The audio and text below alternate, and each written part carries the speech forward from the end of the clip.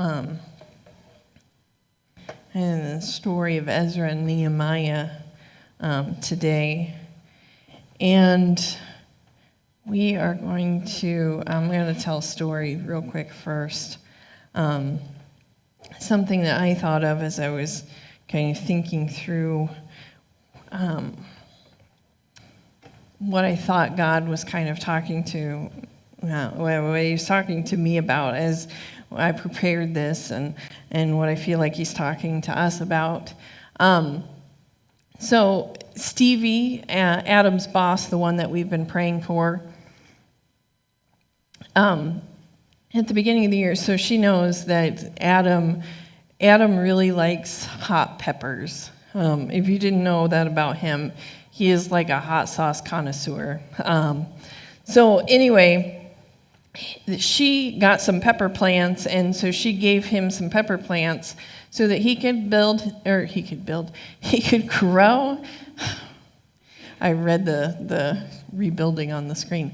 So that he could grow his own pepper plants, so that he could have his own like really hot peppers. So she gave him 3 pepper plants, and one of them was like a ghost pepper, and the one I'm going to talk about is a Trinidad scorpion plant. Anyway, I am also a person that likes plants. I thought I'd have a black thumb, like I didn't think I'd have a green thumb, but I could actually keep some plants alive, and so I was really excited when I could keep some plants alive. And so then Adam brought these pepper plants home, and he placed them on my shelf that I have all my plants. And so they were there for a few weeks because it was in the spring, and it was still kind of cold out to put them outside. And so they were there, and then all of a sudden I looked at the pepper plants, and I went, Adam, your plants have bugs, and I don't want those bugs on my plants. So I took his plants, and I put them in the sink, because I was like, well, they're just going to be secluded to the sink so that his bugs don't get on my plants, because I don't want his bugs on my plants. And so so I secluded his plants, and I told him he needed to figure it out. And so we figured out that these were the aphids. I don't know if you guys have heard about those, but they're aphids. And I have talked to other people, and they were like, man, there's been a lot of pepper plants that have aphids this year. So apparently aphids are strong this year. And so it finally got warmed up enough that we could put the plants outside. And I tried as I could to get these aphids off these plants. Like I would, they said spray soapy water on the leaves, and I did that. I would spray the leaves down to make sure that all the aphids were knocked off the leaves. I did all that. Well, then it got warm enough so his plants could go outside. His plants and the plant bugs could go outside, and my plants were fine. And so then we thought we got rid of the aphids, but Adam brings the plants back in because we still don't have peppers yet.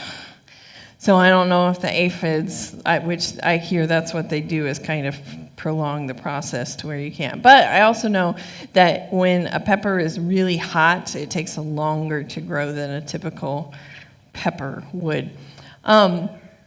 So I don't know what the deal is. I'm assuming it's the aphids because Stevie already has peppers and have had them for a while. So anyway, he brings his plants back in, puts them back on my shelves where I have my plants. And we realized there's 3 plants. I realized quickly that one plant still has aphids. So once again, he has put his plants on my shelves, and his bugs are trying to get on my plants. So once again, and you can ask the kids, the plant is still in the kitchen sink right now because I have secluded it to the kitchen sink so that the bugs stay off of my plants.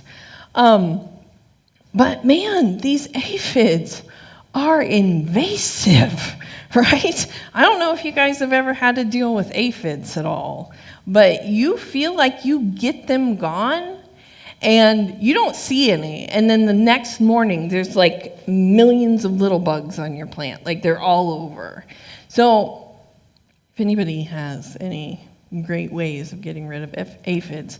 I would love that. But they're so pervasive, and it seems like no matter how many times I spray the plant leaves, like I will go individually on the plant leaves and spray them and make sure that all the bugs are off and like down the drain and not in. And I try to make sure I get them all off, and I tip the plant so that I don't get it like all in the soil. I don't want the aphids in the soil. But anyway, I do as much as I can to clean this plant.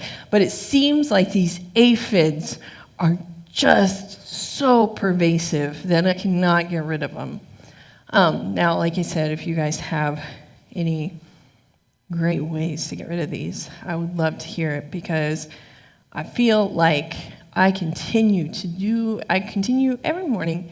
I didn't this morning, but every day I go through and try to get these aphids off his plant. I'm doing what I can to try to save his plant, but it seems like they just keep coming back. Now, remember that story, because we're going to jump into this, and it's not going to make sense right at first, but it will. Eventually, we'll get there. Last week, I started in the middle of the story of Ezra and Nehemiah. We started at when Ezra was trying to bring them back to the temple worship and kind of reminding them of what the Torah said and all that. Right now, we're going to step back quickly, and we are going to start in the very beginning of the story. So Ezra and Nehemiah, in those two books, we'll start towards the beginning of Ezra. And so we have Joshua and Zerubbabel. So Joshua, the head priest, and Zerubbabel rebuilding the temple. So that happened before Ezra came. And so they were getting ready. They had the king's decree that they could go back, that they could start the rebuilding process. And we read about this rebuilding process in the first 6 chapters of the book of Ezra.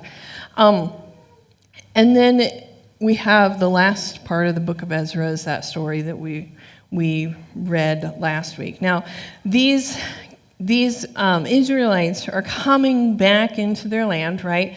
They are coming back. They have been in captivity in Babylon, and so they're coming back to their land to rebuild the temple in Jerusalem. And so they start rebuilding. As they come back, they thought, well, we need to rebuild our houses, and so they start rebuilding their houses. And then the prophets Haggai and Zechariah started prophesying about how God wants his temple rebuilt, or how God doesn't, the temple hadn't been rebuilt, and here they were rebuilding their houses. And so Joshua and Zerubbabel start this lead, and they start to rebuild the temple. And they have, as I said, the blessing from the king, King Cyrus from Persia. But in the first part of this process, when they went to go rebuild the temple, if you study how the temple was built in Solomon's time, these rocks were like basically hand carved to fit together, right, to build the temple. And they didn't carve them there because they wanted it to be a quiet building. So they had these rocks that were carved and brought in, and they all kind of fit together nice and neat for the temple. And so when the temple was destroyed, all of that rubble's still there. So one of the first things that they had to start doing in order to start to rebuild the temple was to take away all of this rubble, right? So there's a big process to this in cleaning up and clearing up all of this rubble. So they start to clear it out, and then they decide, okay, we need to make sure that this has a very solid foundation, right? There's so many sermons that can come out of this teaching, so I'm trying to lean into a little bit, but we got to stay on focus today. So Anyway, they clear out all of the rubble. They decide there needs to be a strong foundation so that they can build the temple on it. And so they rebuild the foundation, and they have this strong foundation. And when they laid the foundation, when they had that foundation done, they had a celebration. And much like when we have like a, groundbreaking ceremony, where everybody comes out and people take the shovels, and go, woo, we threw some dirt around. So anyway, we have that celebration. They have a celebration when the foundation had been laid. And so they had this celebration, and the people, there were some people that were born in captivity that were there, and then there were some people that went into captivity that were there at this celebration. And so we've kind of got this gathering together of the generations, right? People who had seen the temple prior to the destruction, and people who had never seen the first temple before. And so that is part of the story of what I want us to read today. We're going to be in Ezra chapter 3,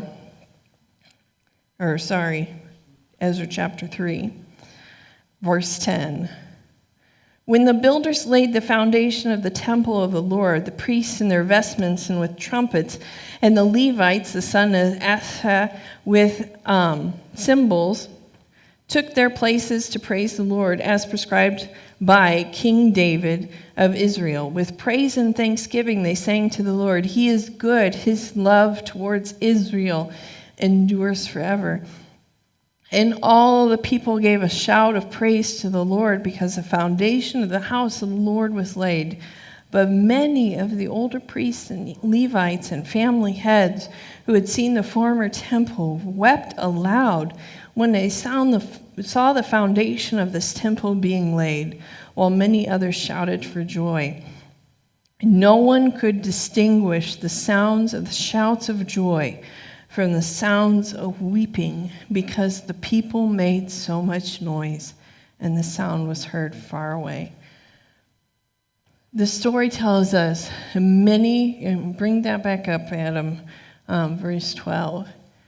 Many of the older priests and Levites and family heads who had seen the former temple wept aloud. Wept so loud that the cheers of those that were cheering because the foundation had been laid, their weeping was so loud that you couldn't tell the difference between the cheers of the foundation being laid and the weeping. You couldn't tell the difference between those who were mourning and those who were celebrating.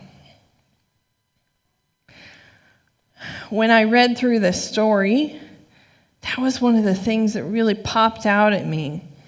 Now, if you go through and study, if you are like me and kind of you're going to go through and re-study this, there's a lot of reasons that people give for this mourning, right? For this weeping.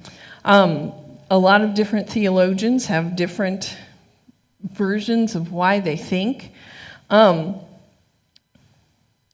So perhaps one of the thoughts is perhaps they were weeping because they saw the glory of the former temple, right? They saw what the previous temple looked like, and they knew that they were not going to come up to that again. Like, this temple wasn't going to meet what it used to be, right?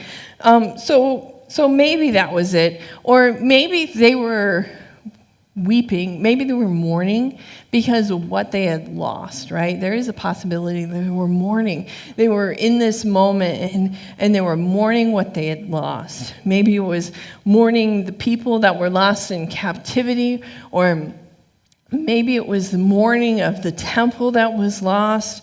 Maybe it was the mourning of the years that were lost in captivity, right? But as I think about this, I think there may be another reason to this. This isn't necessarily what I think, but there may be another reason to this. Maybe, I think we can all agree that humanity hasn't changed as that much between then and now. Maybe one of the reasons is because people don't like change, right? People don't like change. And that is just that. I understand it. I don't necessarily like change either. That could be one of the reasons. But perhaps maybe it was the older priests and Levites that were in this group that were mourning and heads of family because they mourned that their teaching didn't soften the hearts of the Israelites and the corruption. It didn't soften their hearts, and there was still corruption, and that still led to the destruction of the temple in the first place.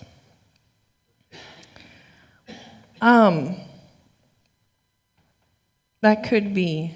The people still ran into trouble this time as they were rebuilding the temple, right? So we read through that story. They continue to rebuild, or they continue to start to rebuild, and some of these, we're going to call them pests. Some of these pests started to prevail again, right? They started to kind of come back and pop up again and again.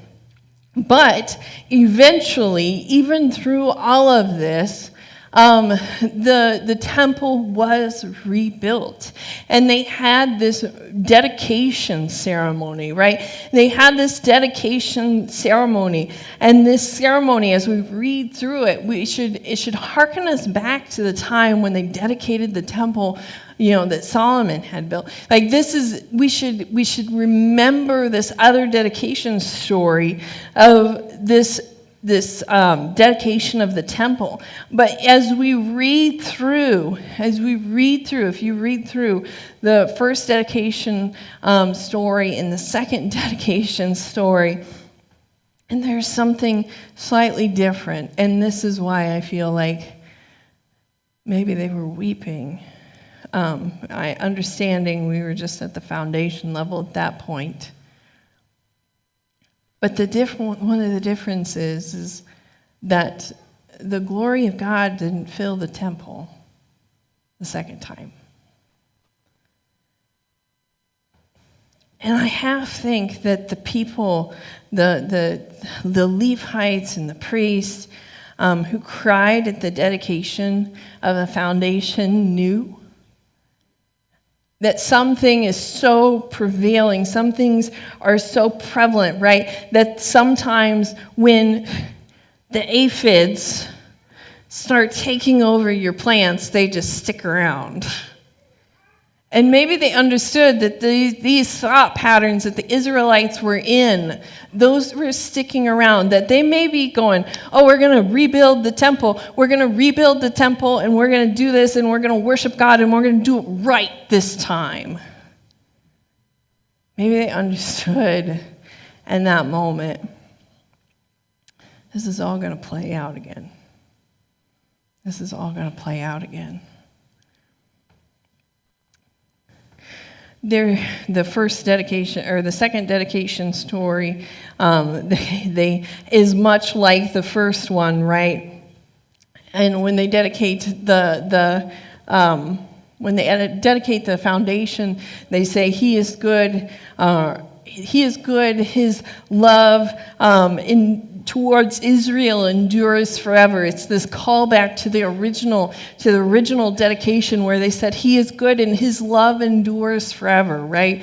This first ceremony, as they were dedicating, as they were saying the words, the fire comes down from heaven, right, and fills the entire temple. It consumes the offering and the sacrifices, and the glory of the Lord fills the temple.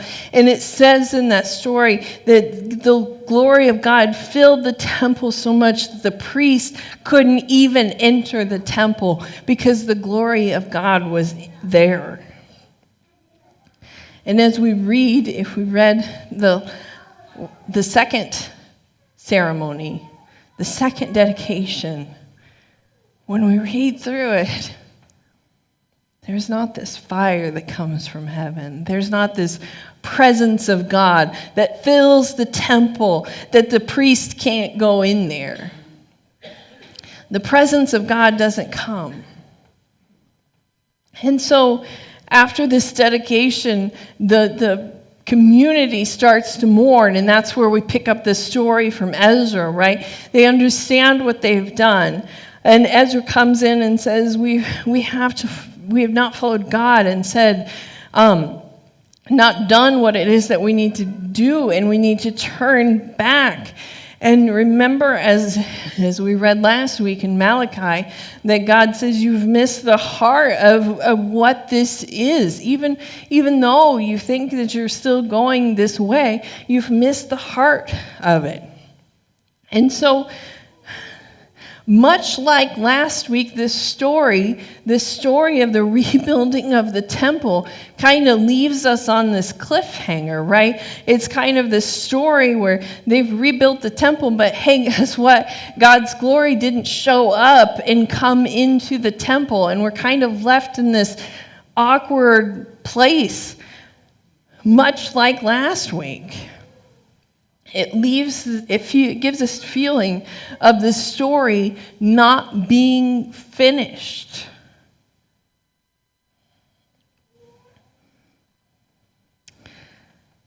Like the aphids, there's some things that are prevailing and pervasive, and they're not going away, and they need to be cleansed. And we can close our eyes and pretend like they're not there, but they're still there, right? We can pretend. Now, God, obviously, at this point of time in the biblical text, is still talking to the prophets. He's still giving directions to the prophets. And God is still speaking to Zechariah at this time, right? And Zechariah is still getting the prophetical message out to everybody. God is still speaking to the prophets. And if you read the dedication story of the Second Temple, you'd know that Zechariah was one of those prophets that he was talking to. And Zechariah says this a little before they had rebuilt the temple. The Lord had said this to Zechariah, and he was saying this to God's people. But now I will not deal with the remnant of this people as I did in the past, declares the Lord Almighty. He's saying, I'm not going to deal with you in the ways that I did. I'm not going to make you go back into captivity, right? The seed will grow well. The vine will yield its fruit. The ground will produce its crops, and the heavens will drop their dew. I will give all these things as an inheritance to the remnant of these people. In chapter 8. Let me find me. 13. Just as you, Judah and Israel, have been a curse among the nations, so I will save you, and you will be a blessing. Do not be afraid, but let your hands be strong. Jumping to the next chapter of Zechariah, God says this to them. Rejoice greatly, daughter Zion. Shout, daughter Jerusalem. See, your king comes to you, righteous and victorious, lowly and riding on a donkey, on a colt, the foal of a donkey. I will take away the chariots from Ephraim and the war horses from Jerusalem, and the battle bow will be broken. He will proclaim peace to the nations. His rule will extend from sea to sea and from the river to the ends of the earth. As for you, because of the blood of my covenant with you, I will free your prisoners from the waterless pit and return you to your fortress, a prisoner of hope. Even now I announce that I will restore twice as much to you.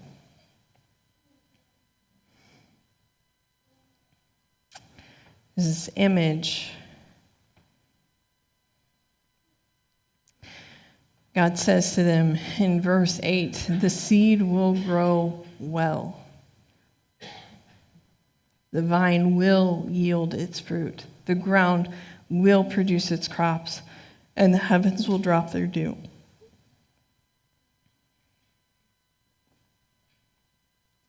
I will not deal with you in the ways that I have before. There's something pervasive here, and there needs to be a cure to it. But rejoice. Rejoice greatly, daughter Zion. Shout, daughter Jerusalem. Your king will come to you, righteous and victorious, lowly and riding on a donkey. We should remember that story, right, of Jesus. I won't deal with you in the ways that I did. There's going to be a cleansing. There's going to be a cure. So even though this story feels kind of undone, the prophets are saying, rejoice. There is something that is coming. One thing that we might skip past as we read this, I know I kind of always get caught up on this.